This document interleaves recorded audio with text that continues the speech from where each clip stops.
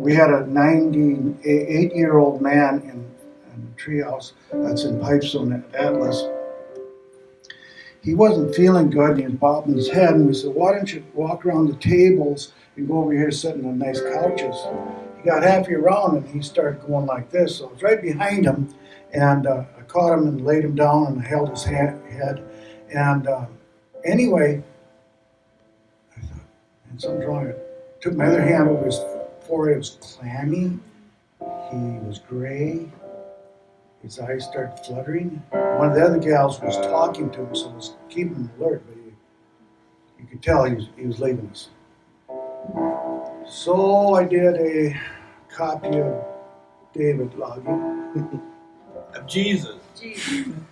And then we got to go through the ladder. Jesus at the top. In Jesus' name, Satan be gone. I proclaim life, and those were with loud, dynamic, drill instructor information attitude. And he warmed up, his eyes opened up, and I had one friend said he wasn't dead. Well, all of us felt it. If that prayer hadn't went, he would have went. Gone. The ambulance come and had to convince him. He thought he was okay, but he did go. He had a pacemaker put in later. I got another testimony. Go for it. This is a Vietnam deal. Let me start the Vietnam situation, then I'll get to what happened last week that related to Vietnam. I heard the Lord's voice. To go in Vietnam, I was my three authorities. My father, I was okay with. He was World War I vet.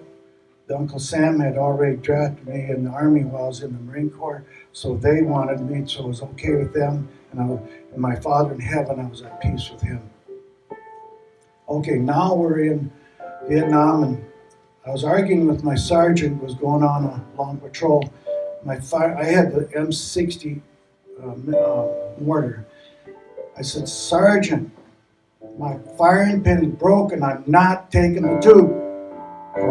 Farmer, you're taking the tube. We argued 3 times, and I thought, I better quit. So we were taking it. We're walking through the valleys and everything, and I looked over and I saw, I'm going to stop a minute, I want to tell you another story. I was, a little creek, 3 of us, just an afternoon, was on patrol, was just sitting, and you know how those football players go like this? Yeah. Well, these North Vietnamese were heading north, and there were 20 of them, and they were right behind each other, and they were that gunchy, they were going. And they were going up the creek, and they were only as far as the end of the house, not the garage. And 3 was looking like, we're dead ducks. And I was at peace. All of a sudden, they took off to the left and the trees and couldn't see anymore. We couldn't even kill them more. They were more than us. And it was just, anyway, I wanted to press this. Okay, now I'm back to Sergeant. We go up the hill. We're out for a day. I look over in the valley. It's about as far as the road, maybe a little closer, a little further away. I see that helmet. Well, it's not our helmets.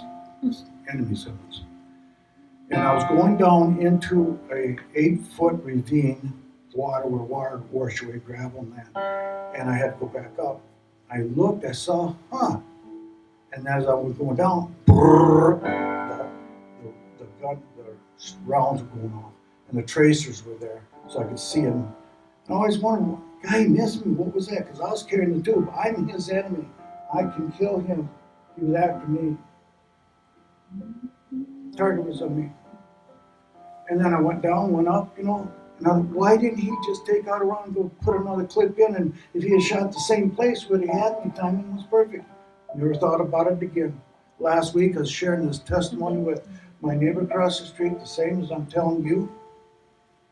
The voice says, I deflected those rounds. Yes. Yeah. Yes.